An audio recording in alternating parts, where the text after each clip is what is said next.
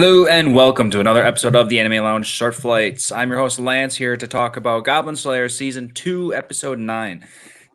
Okay, episode. I'm this show is starting to get a little flatline. Nothing too crazy goes on in these episodes anymore.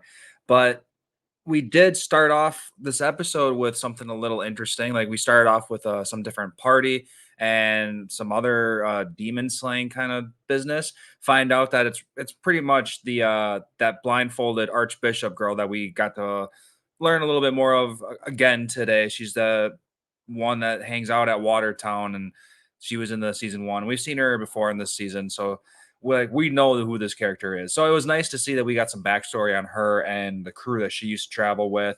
She can cast holy magic too, it seems, and she's putting up barriers. And they took out some pretty cool little monsters. They were pretty interesting. The crew she traveled with, they seemed like super basic yet interesting guys. Like one was a samurai, and one was like ninja like, and I don't know, they were interesting. So that was just some fun stuff they're throwing in. And then the very next scene, we're taking care of a sea serpent, and it comes out of nowhere. We finally get some backstory. It's they were trying to go after water goblins. So of course, Goblin Slayer thought that was going to be worthwhile. Of course, it was nothing. That was just kind of comical, and I'm glad they kind of threw that in there. They throw some weird comical things in here, but when we're talking about Goblin Slayer as the person, he's so monotone, and the comical stuff for him is just, easy, quick stuff. Just throw it by him because everything typically goes right over his head. But the sea serpent, he was just part of a mission because a bunch of fish were disappearing, and the sea serpent was probably just eating them all. By the way, the sea serpent died because it took an arrow to the eye, and then that was instant death. I didn't like that one.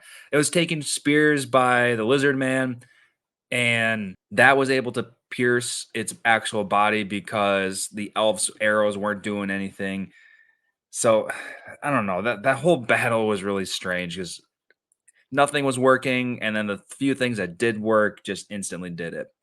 I did also like that when the dwarf cast a little spell on the fish or on the sea serpent, and it couldn't go back into the water. It kept like reversing, coming back out, and eventually coiled up and kind of, expelled its eye. It was so that I was able to die. So I don't know. It was just an interesting scene.